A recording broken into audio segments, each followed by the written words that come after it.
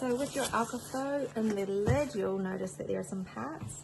This is for back flushing, and this is your tap connector. And so this tap connector is designed to fit onto the end of your tap once you take the aerator off the end of your tap.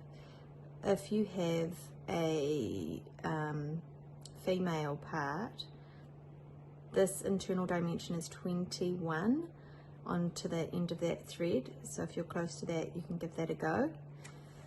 If that's not going to work for you, we actually have 1, 2, 3 other options. So this one here is going to screw on,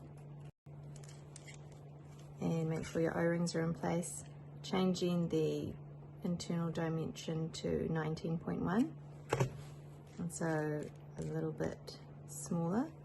If that doesn't work, we've got another piece here that you can screw on, and that changes it from the tap adapter being female to male.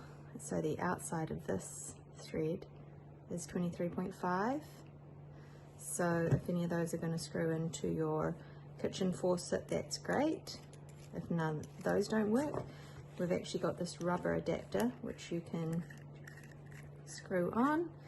And then the rubber adapter comes with inserts already inside that go as small as 14 millimeters, and then you can take that out and it stretches to 17.5, stretches out again to 22 mil. So depending, if you don't have a thread when you take out the aerator on the end of your tap, you can actually clamp this over and tighten up the clip, and it can fit over your tap.